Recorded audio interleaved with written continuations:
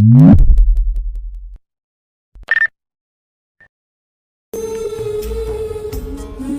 তোমাকে কখনোই ভুলতে পারবো না প্রিয়, কারণ আমার বন্ধুরা এখনো তোমার নাম ধরে আমাকে ডাকে।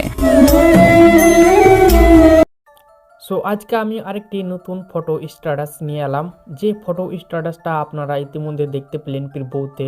বন্ধুরা, আপনার ফটো দিয়ে যদি এরকম স্ট্যাটাস বানাতে চান তাহলে আজকের এই ভিডিওটা কন্টিনিউ করতে থাকুন। কিভাবে বানাবেন আজকের এই ভিডিও দেখে জানতে পারবেন বা শিখতে পারবেন।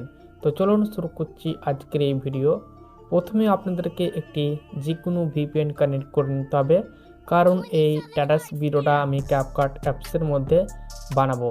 তাই ক্যাপকাট ওপেন করার আগে আপনাদেরকে একটি অবশ্যই ভিপিএনকে কানেক্ট করে নিতে হবে। আমি যে ভিপিএনটা কানেক্ট করেছি সেই ভিপিএনটার নাম হচ্ছে সুপার ভিপিএন। আপনারা প্লে স্টোরে পেয়ে যাবেন। সেই ভিপিএনটাকে অবশ্যই ইনস্টল করে আপনারা সেই ভিপিএনটাকে কানেক্টেড করে নেবেন। তারপর চলে যাবেন আপনারা ক্যাপকাট অ্যাপে। এখান থেকে আমার মোবাইলে থাকা যে ক্যাপকাট অ্যাপটা আছে সেই অ্যাপটাকে ওপেন করে নিচ্ছি। ক্যাপকাট অ্যাপ ওপেন করার পরে নিউ প্রজেক্টে ক্লিক করে দেবো। এখানে আমি নিউ প্রজেক্টে ক্লিক করে দিচ্ছি। নিউ প্রজেক্টে ক্লিক করার পর উপরে দেখতে পাবেন অ্যালবামসে ক্লিক করে দেবেন।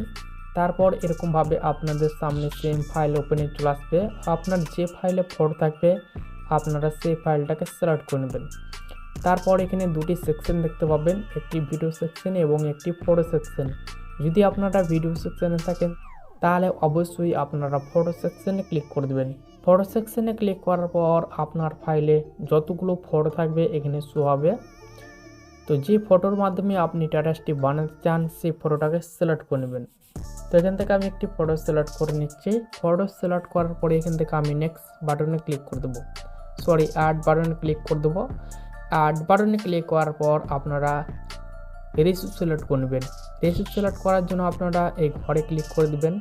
তারপর এখানে অনেকগুলো রেসিপ দেখতে পাবেন, আপনারা টিকটক রেসিপ সিলেক্ট করে নেবেন। এখান থেকে আমি টিকটক রেসিপ সিলেক্ট করে নিচ্ছি। নেওয়ার পর এখান থেকে রাইট মধ্যে ক্লিক করে দেবো। তারপর এই ফটোটা আমার অ্যাকচুয়ালি ফুল স্ক্রিনে নাই, তো এই ফটোটা আমি 2 আঙুলের মাধ্যমে জুম করে ফুল স্ক্রিন করে দেবো। সো ফুল স্ক্রিন করার পর এই ফটো ডিউরেশন রাখবো, বা এই স্ট্যাটাসটার আমি ডিউরেশন রাখবো আমি 12 সেকেন্ড।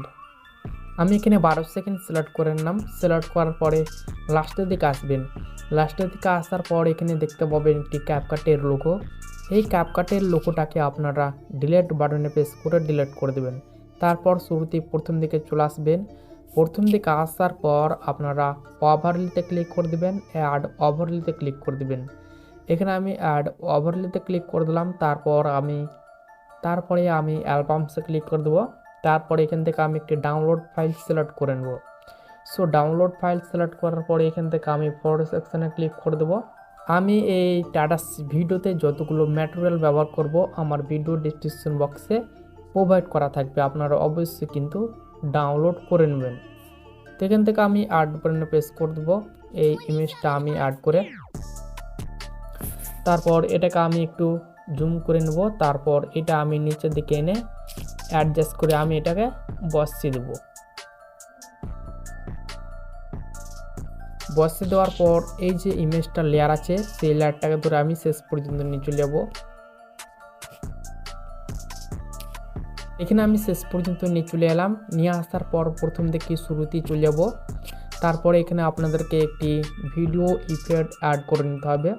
তো ভিডিও ইফেক্ট অ্যাড করার জন্য আপনারা ইফেক্টে ক্লিক করে দেবেন। তারপর এখানে দেখতে পাবেন 3টি অপশন। প্রথমেই পেয়ে যাবেন ভিডিও ইফেক্ট, আপনারা ভিডিও ইফেক্টে ক্লিক করে দেবেন। ভিডিও ইফেক্টে ক্লিক করার পর আপনাদেরকে এখানে কিছু সময় অপেক্ষা করতে হবে। তারপর একটু স্ক্রল করে একটু ডান সাইডের দিকে চলে যাবেন। ডান সাইডের দিকে আসার পর আপনাদেরকে এখানে একটি ইফেক্ট অ্যাড করে নিতে হবে। তো এখান থেকে আমি একটি ইফেক্ট অ্যাড করে নিচ্ছি। এখানে আপনারা ডিস্টরশনে ক্লিক করে দেবেন। তারপর নিচের দিকে দেখতে পাবেন একটি ইফেক্ট রিপ্লে ডিস্টরশন, আপনারা সেই ইফেক্টটা এখান থেকে নিয়ে নেবেন। তো সেই ইফেক্টটা আমি এখান থেকে নিয়ে নিলাম। নেওয়ার পর এখানে আপনারা অ্যাডজাস্টে ক্লিক করে দেবেন।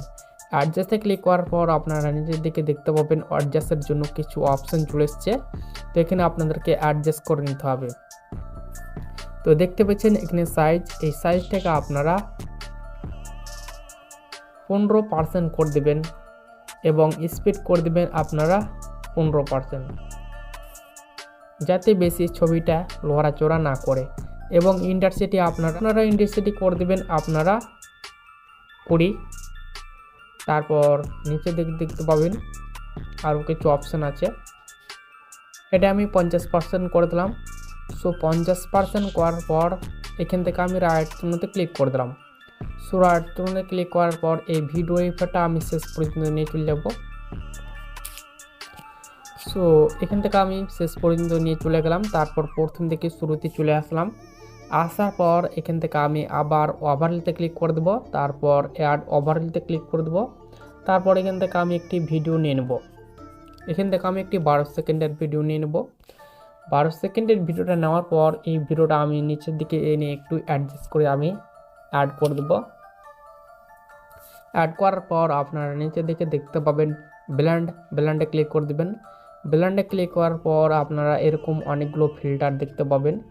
সো আপনারা এখানে কি করবেন, আপনারা লাইটিংয়ে ক্লিক করে দেবেন, লাইটিং। তারপর এখানে দেখতে পাবেন এই যে নীল দাগটা আপনারা 100% করে দেবেন। তারপর এখান থেকে রাইট চিহ্নতে ক্লিক করে দেবেন।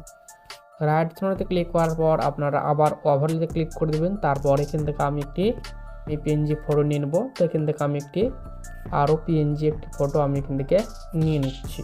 সো এখান থেকে আমি আরও একটি পিএনজি ফটো নিলাম। সো নেওয়ার পরে এটাকে আমি 90 ডিগ্রিতে আমি রুট করে নিচ্ছি। সো আপনারাও কিন্তু 90 ডিগ্রিতে রুট করে দেবেন।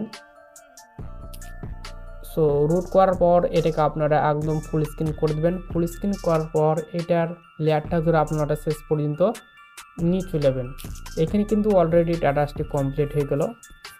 তো এটাকে সেভ করার জন্য আপনারা কী করবেন, আপনারা 720 ক্লিক করে এখান থেকে রেজুলেশনটাকে সিলেক্ট করে নেবেন। তারপর অ্যারো অপশনে ক্লিক করে এটাকে সেভ করে নেবেন। এখান থেকে আমি অ্যারো অপশনে ক্লিক করে এটাকে সেভ করে নিচ্ছি।